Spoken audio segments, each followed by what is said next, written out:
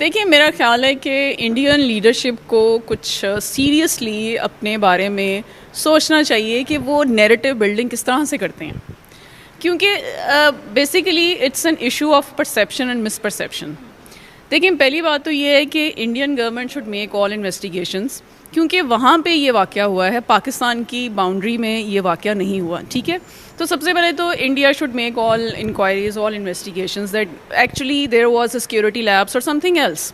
ٹھیک ہے، اور پھر اس کے بعد میرا خیال ہے انڈیا کو کچھ کیمپین کرنا چاہیے کہ جی کون ایکچولی رسپانسبل ہے. کیونکہ دیکھیں آپ اگر اوور آل اس ساری سچویشن کو انالائز کریں تو from the very beginning India kept on making blame game on Pakistan کہ جی they put all implications upon Pakistan کہ جی پاکستان نے یہ کر دیا، پاکستان نے وہ کر دیا، without any investigations, without any proof. India نے صرف ایک نیریٹو گلوبلی پروموٹ کرنے کی کوشش کی ہے کہ جی پاکستان اس میں انوالو ہے. آپ مجھے خود بتائیں کوئی ایسا ڈاکومنٹری ایویڈنس سامنے آیا کہیں سوشل میڈیا پہ، الیکٹرانک میڈیا پہ یا پرنٹ میڈیا پہ کہ جی یہ پروف ہے ہمارے پاس اور یہ لشکر طیبہ یا یہ کوئی اور جو بینڈ آرگنائزیشنز ہیں وہ اس میں انوالو ہیں؟ بالکل بھی نہیں. میں نے تو کوئی ایسا ایویڈنس نہیں دیکھا.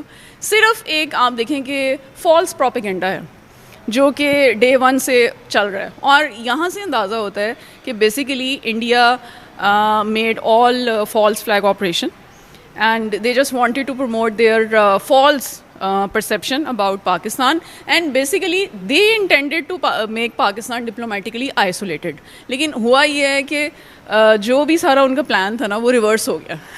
now کہتے ہیں کہ ہم نے اقوام متحدہ میں بھی پاکستان کے بہت سے دہشت گردوں کو لے کے جا کر کھڑا کیا، ان کے خلاف پروف دیے، اور پاکستان بہت عرصہ FATF کی لسٹ میں بھی رہا ہے. تو وہ یہ چیز کلیم کرتے ہیں اور وہ کہتے ہیں کہ پھر ان کی جو اسٹیٹ ہے وہ دہشت گردوں کو، لشکر طیبہ کے جو لوگ ہیں ان کو سپورٹ کرتی ہے، ان کو سیکیورٹی دیتی ہے. تو یہ کلیم وہاں سے کیا جاتا ہے انڈیا سے.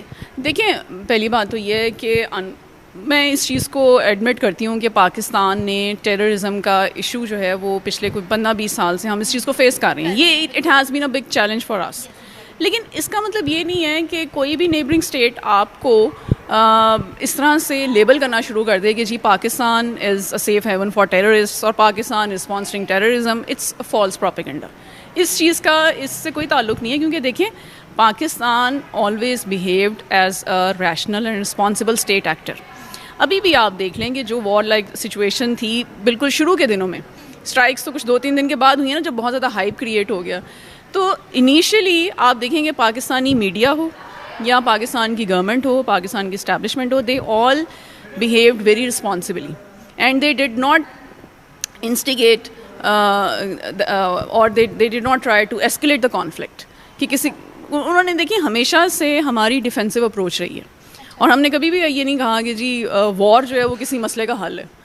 ٹھیک ہے، تو انڈیا میرا خیال ہے کہ Indian government should realise that they are not actually making their pragmatic strategies.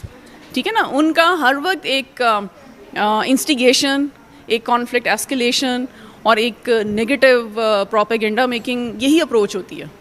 تو اب یہ جو وہ کہہ رہے ہیں جی FATF کی گرے لسٹ میں پاکستان رہا، ٹھیک ہے، اس میں کچھ اور فیکٹرز بھی تھے.